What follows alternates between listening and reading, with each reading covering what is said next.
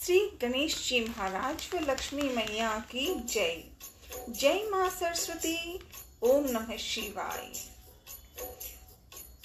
6 दिसंबर 2024 कल मार्गशीर्ष मास के शुक्ल पक्ष की पंचमी तिथि का मुख्य तौर पे श्री राम विवाह पंचमी की गाथा होगी। हर वक्त श्री राम की कथा, श्री हनुमान की कथा याद आ जाए तो राम और सीता साथ है, और सीता को प्रणाम करने तो राम प्रसन्न है, और हनुमान वो तो सीता माँ के लाडले हनुमान हैं। तो कल श्री राम विवाहोत्सव, विवाह होने का जो पूजा की विधि होती है, तो कल वो होगी 6 दिसंबर 2024 शुक्रवार है कल। तो मनन और प्रार्थना और विचार। श्री राम सीता जीवन परिचय। श्री राम सीता जीवन चरित्र और उसके बारे में पहचान, क्योंकि कथाओं में हम ईश्वर को पूरी तरह याद भी नहीं कर रहे हैं। आधुनिक जीवन हो जा रहा है, और आधुनिक जीवन मशीनों से ज्यादा तेजी से आगे बढ़ रहा है, लेकिन धार्मिक राम की कथा, हनुमान की कथा सबसे न्यारी और सबसे मुख्य है। तो श्री राम सीता जीवन चरित्र प्राचीन रूप में से ही चली आ रही परंपराओं में मुख्य तौर पे ईश्वर की आराधना और लोक कथाओं में राम सीता कथा का अत्यंत अनिवार्य है और जीवन का आधार है। इनके बिना हमारे पौराणिक कथानकों को शायद पूर्णता न मिल सके। राम को मर्यादा पुरुषोत्तम कहा जाता है, और जनक जननी सीता जी को पतिव्रता और लक्ष्मी का स्वरूप माना गया है। यदि दाम्पत्य जीवन का चित्रण किया जाता है तो उसमें श्री राम और सीता जी का वर्णन सदैव होता है। राम और सीता की जोड़ी को आदर्शतम जोड़ी माना जाता है, और सच में है, तभी तो हम ईश्वर की जयकार करते हैं। आज भी जब विवाह कार्य संपन्न होते हैं तो नवयुवा जोड़े को राम सीता संबंध मानते हैं, और उन्हीं का राम और सीता की जयकार करके, हनुमान की जयकार करके ही कोई अपने घर में विवाह, जो भी खुशियां हैं उसका काम करते हैं। इस बार राम और सीता का विवाह है, विवाह का विवाहोत्सव है। श्री राम और सीता का जन्म ही एक बहुत ही महत्वपूर्ण घटना होती है। दोनों का जन्म और संपूर्ण जीवन एक सा आदर्श है राम और सीता का, जो सदियों बीत जाने पर भी आज भी उसी स्वरूप में मौजूद है और होता रहेगा। जहाँ राम का जन्म अयोध्या में दशरथ जी के घर पर हुआ, वहीं सीता पृथ्वी से जन्मी और मिथिला के राजा जनक के पिता को नमन किया। राजा जनक की पुत्री हुई सीता। स्वयंवर कथा। सीता राजा जनक की पुत्री थी। उन्होंने कैसे जन्म लिया? मिथिला की लाडली है सीता, लेकिन उनका विवाह, उनका जन्म कैसे हुआ और कैसे सीता का स्वयंवर हुआ? तो श्री राम और सीता के विवाह का वर्णन, पहले राम और सीता के विवाह का, क्योंकि कल विवाह दिवस है, राम और सीता का विवाह उत्सव है कल। तो पहले राम क्या विवाह होगा, सीता स्वयंवर करेगी, कैसे करेगी? श्री राम और सीता के विवाह का वर्णन तो श्री तुलसीदास जी द्वारा निर्मित रामायण में प्राप्त होता है। संत श्री तुलसीदास जी विस्तार से श्री रामचरितमानस में जब उन्होंने लिखा है, तो वहां पर भी राम और सीता का विवाह कैसे हुआ और उनका परिचय ही हमें समझाते हैं, क्योंकि तुलसीदास जी ने श्री रामचरितमानस लिखा ही ऐसा है जो पढ़कर ही हमें समझने का मौका मिलता है। इन दोनों के विवाह का, राम और सीता का, इन दोनों के विवाह का बहुत ही सुंदर और विशाल रूप में वर्णन रामायण कथा को पढ़ने से ही समझ में आती है। राम और सीता का मिलन सर्वप्रथम पुष्प वाटिका में हुआ था।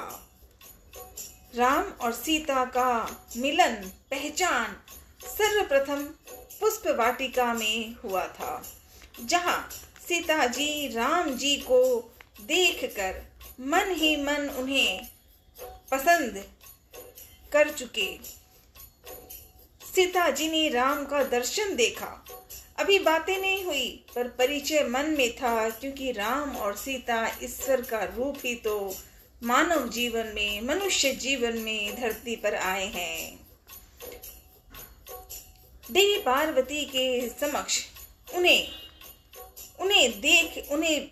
देखकर और सीता जी ने देवी पार्वती जी को प्रणाम किया और अपने पति के रूप में पाने का आशीर्वाद भी करने लगी सीता जी ने, क्योंकि उन्हें तो पता ही है कि राम और सीता का विवाह ही होना था, क्योंकि वही तो रूप है। सिर्फ तुलसीदास जी ने भी तो लिख दिया अच्छी तरह कि श्री रामचरितमानस में कि मनुष्य जीवन राम ने लिया है, लेकिन राम ईश्वर में विष्णु, भोले सब भगवान के साथ एक जैसे हैं।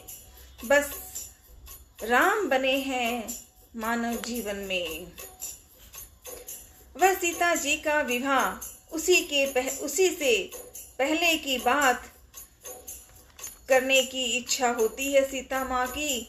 जो शिव धनुष को उठा सकता है वही सीता से विवाह कर सकेगा, ये भी सीता जानती थी। सीता के पिता जनक ने यही कहा था कि जो शिव धनुष को उठा सकता है उसी से मेरी सीता का विवाह करवाऊंगा। और सीता जी, वह सीता का विवाह उसी से करने की बात कहते हैं जो शिव धनुष को उठा सकता हो, क्योंकि जब सीता का स्वयंवर होता है तो राजा जनक एक शर्त रखते हैं, और वही शर्त होती है कि शिव धनुष को तोड़ने वाले से ही सीता का विवाह होगा। बचपन में जब सीता जी ने खेल में, सीता जी की बात है इसमें, सीता जी जनक की लाडली सीता, बचपन में ही जब सीता जी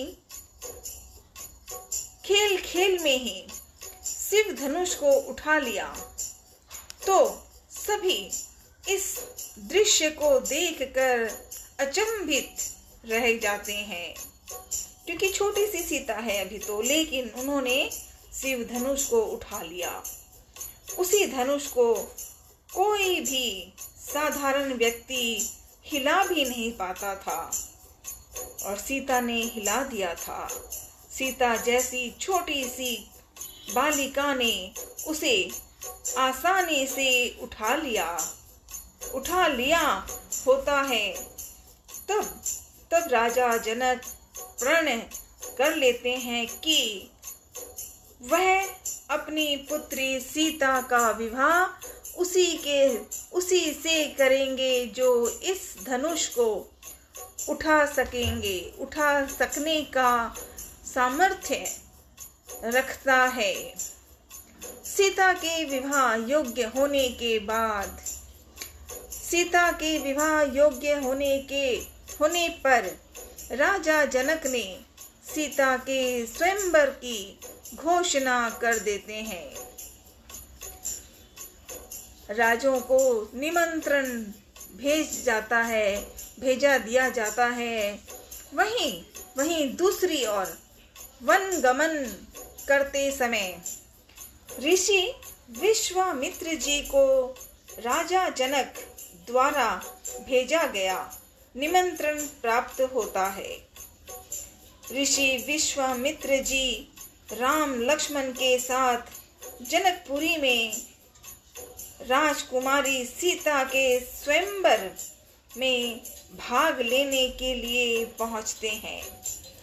राम सीता के प्रथम भेंट एक पुष्प वाटिका में होती है और पुनः स्वयंवर में राम का आना एक अद्भुत घटना ही होती है, जो कि कहाँ तो राम और लक्ष्मण विश्वामित्र जी ने बुलाया था राम को राक्षसी को मारने के लिए और उनके घर पे यज्ञ पूजा हुई थी विश्वामित्र जी की। फिर विश्वामित्र जी राम और लक्ष्मण को लेकर जनक पहुंच जाते हैं और राजा जनक अपनी पुत्री सीता के विवाह के लिए ये शुरुआत की थी, निमंत्रण दिया था। सीता स्वयंवर में रखी गई शर्त के अनुसार सभी राजा एक एक करके अपने पराक्रम को दिखाने के लिए उस धनुष को उठाने के लिए आते हैं, परंतु शिव धनुष को कोई भी राजा नहीं उठा सकते। शिव धनुष को हिलाना तो दूर की बात है, उन्हें छूकर अच्छी तरह खड़े होने की हिम्मत भी किसी राजाओं में नहीं थी।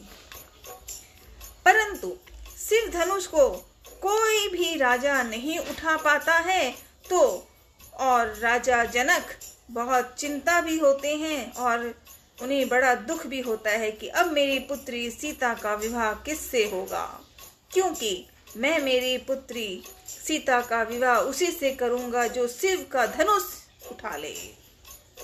राजा जनक इस स्थिति को देखकर जब किसी को भी नहीं देखा, किसी ने भी शिव धनुष को उठा नहीं पाए, तब तो राजा जनक इस स्थिति को देखकर अत्यंत ही निराश हो जाते हैं, दुखी हो गए। उनके मुख से कठोर वचन निकल आ जाते हैं जनक जी के। वह कहते हैं कि इस सभा में कोई भी योग्य व्यक्ति नहीं है जो इस धनुष को उठा सके। राजा के वचन सुनकर श्री राम जी अपने गुरु की आज्ञा को पाकर धनुष को उठाने के लिए जाते हैं। भगवान राम शिव जी के धनुष को उठाकर प्रत्यंचा चढ़ाने लगते हैं तो धनुष टूट जाता है। धनुष के टूटने के साथ ही राम सीता के लिए विवाह का बंधन बंधने लगा। शुरुआत हो गई कि राम और सीता का विवाह कल 6 दिसंबर 2024 को मार्गशीर्ष मास के शुक्ल पक्ष की पंचमी इस तिथि में राम सीता का विवाह हो चुका, पर हमें पूजा के रूप में होता है, वही करेंगे, जय जयकार करेंगे। और शिव धनुष से ही सीता का जो स्वयंवर था वो तभी हुआ जब राम और सीता मिले। ढेरों बधाई, श्री राम विवाह उत्सव की ढेरों ढेरों बधाई। श्री राम सीता विवाह के पूजन की बातें, ये श्री राम विवाहोत्सव के बारे में पुस्तक में दी गई श्री अनिरुद्ध जोशी जी द्वारा लिखी हुई ये कविता पढ़ने का मिला ऐसा मौका, वहीं लिखा हुआ पढ़ रहे हैं। श्री राम सीता विवाह उत्सव पूजन, क्या क्या पूजन कैसे होना चाहिए। विवाह पंचमी के दिन विधान से राम सीता की पूजा की जाती है। इस समय पर कई जगहों पर झांकियां और कीर्तन इत्यादि का आयोजन भी होता है। राम कथा का श्रवण इस समय पर विशेष रूप में से किया जाता है। पूजा में श्री राम जी और माता सीता जी की प्रतिमा या चित्र स्थापित करना चाहिए। भगवान राम को पीले वस्त्र इसमें दिया है। भगवान राम को पीले वस्त्र और माता सीता को लाल वस्त्र भेंट करने चाहिए, उन्हें सजाना चाहिए।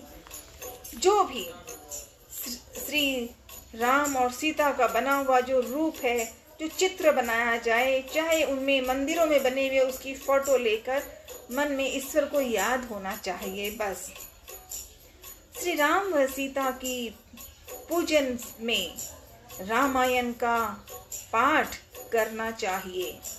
श्री रामचरितमानस अगर पढ़ी जाए तो वो सबसे बड़ी बात, बहुत अच्छी बात। अन्यथा जिसे मुझ जैसे को पढ़ना नहीं आता तो श्री राम सीता का याद कर हनुमान की जयकार के साथ बस एक दीपक जला लें और याद करें, शिव को साथ रखें, ओम नमः शिवाय। तो राम का सीता का विवाह बड़े आनंद और प्रेम मग्न से होगा और पूजा करने वाले के जीवन में ये सबसे बड़ी पूजा का धाम मिलेगा।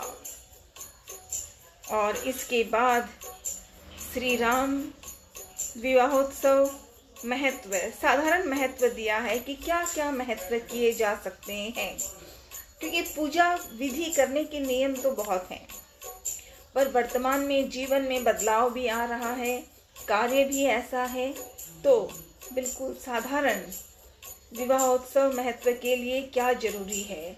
उसमें सबसे पहले तो रामायण है, कथा है, रामचरितमानस है, और नहीं तो हनुमान चालीसा को प्रेम से जितनी बार गा सकें, 1 बार, 7 बार, 9 बार या जितना इच्छा करें। इसके अलावा श्री राम और सीता जी के समक्ष श्री राम और सीता की फोटो या पेपर में जैसे भी लगा हुआ हो, वहाँ पर घी का दीपक जलाकर उनसे अपने दाम्पत्य जीवन के सुख की कामना करना। और जहाँ विवाह पंचमी के दिन अगर किसी के यहाँ विवाह नहीं हो रहा या प्रेम के साथ खुशियों का भंडार होना चाहिए, तो राम सीता की कथा और हनुमान की जयकार, बस छोटा सा एक दीपक जला लें और प्रेम से सीताराम हनुमान, सीताराम हनुमान। राम जी का विवाह सीता जी के साथ राम और सीता के लाडले पुत्र सुपुत्र हुए हनुमान। जय श्री राम, जय हनुमान। श्री राम विवाह उत्सव की ढेरों ढेरों बधाई। श्री राम सीता विवाह कथा में अर्थ समझ में पूरा ना आए तो भी श्री राम सीता की जयकार गा लें, हनुमान की जयकार गा लें। बस यही है सबसे बड़ी चीज, राम सीता विवाह का आयोजन मन की याद से, प्रार्थना से। ओम नमः शिवाय।